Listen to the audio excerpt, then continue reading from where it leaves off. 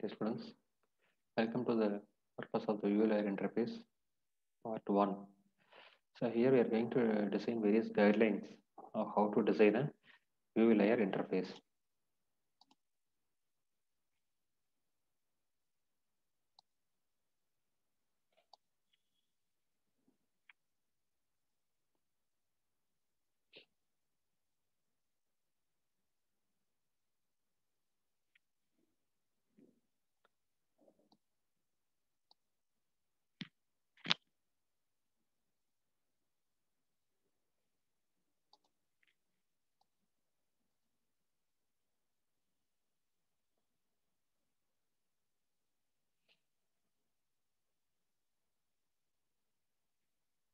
The purpose of a view layer interface.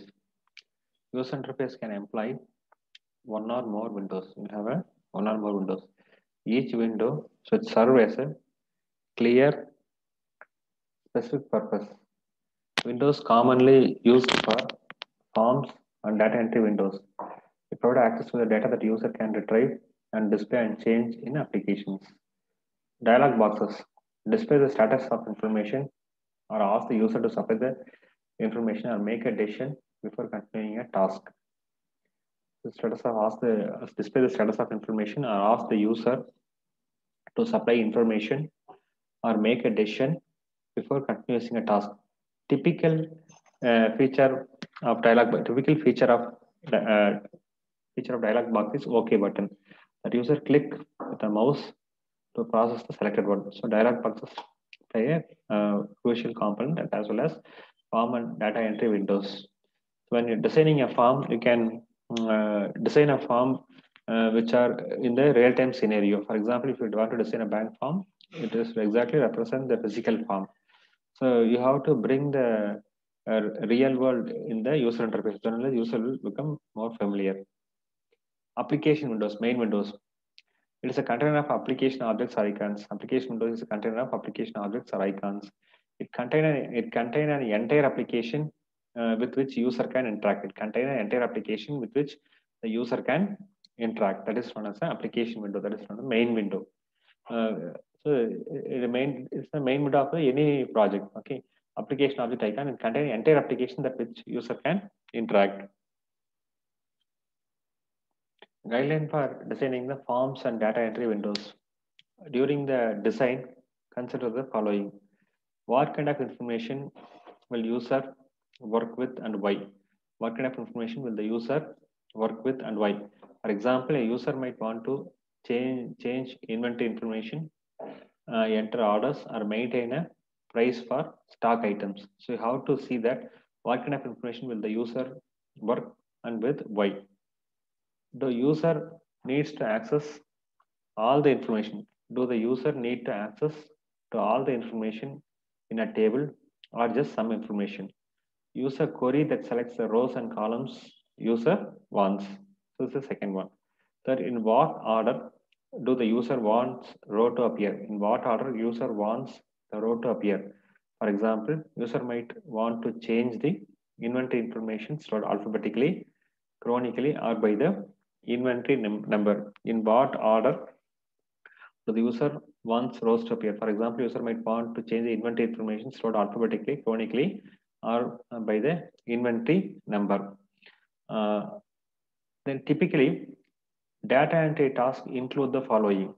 We are having a set of tasks for the data entry.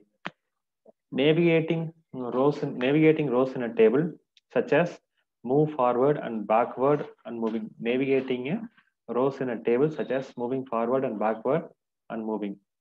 First and last record. And adding and deleting rows. Changing the data in rows, saving and abandoning changes. So changing the data in rows and saving and abandoning changes. So these are the typical tasks. Data entry tasks include which are common to the data entry task. Guidelines.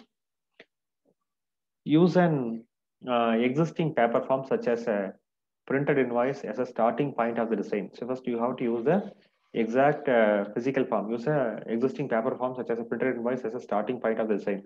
If a printed form contains too much information to be fit on a screen, consider using a main window and optional smaller. Consider using a main window and optional smaller windows.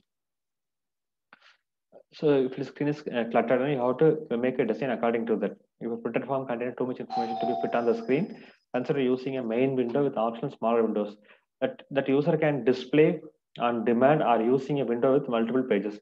But ensure that the screen should not be cluttered. So screen should not be cluttered. Okay, if you are having a too much clutter, you have to create some main window and optional window. Optional window may be displayed as a by request manner.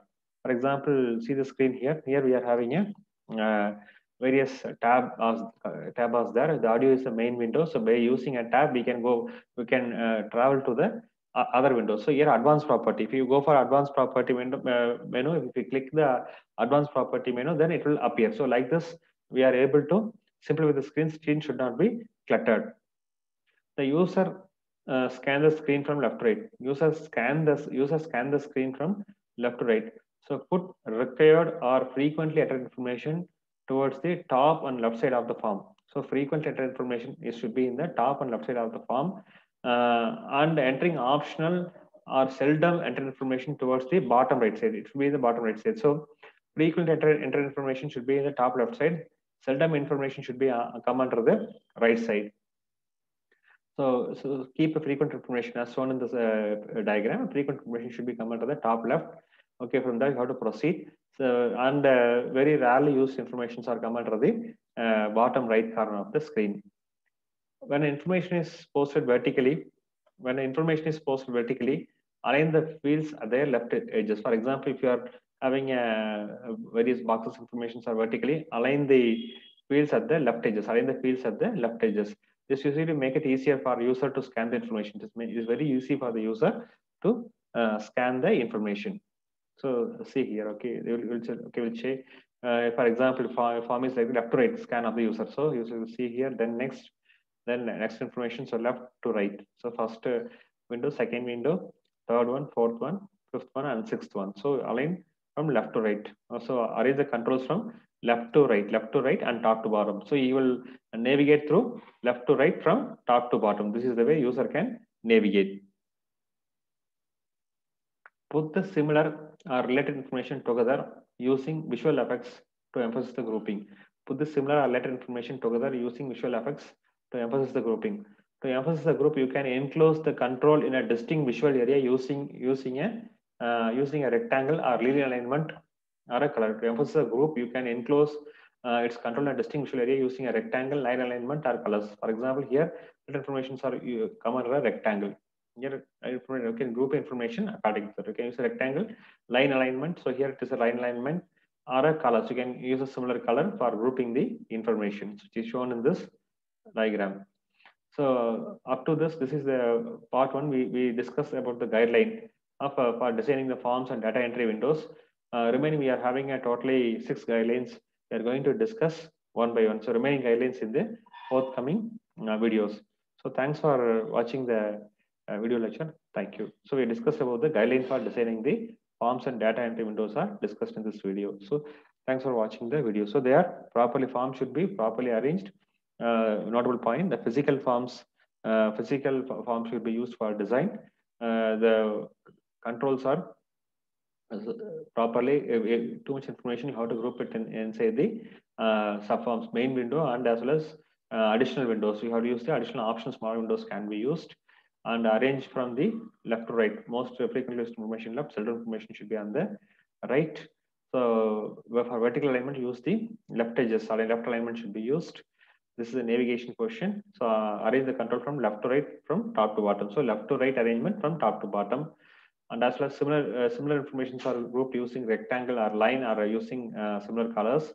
So these are the guidelines for the these are the guidelines for the guideline for designing the forms and data entry windows. Thanks for watching the video. Thank you.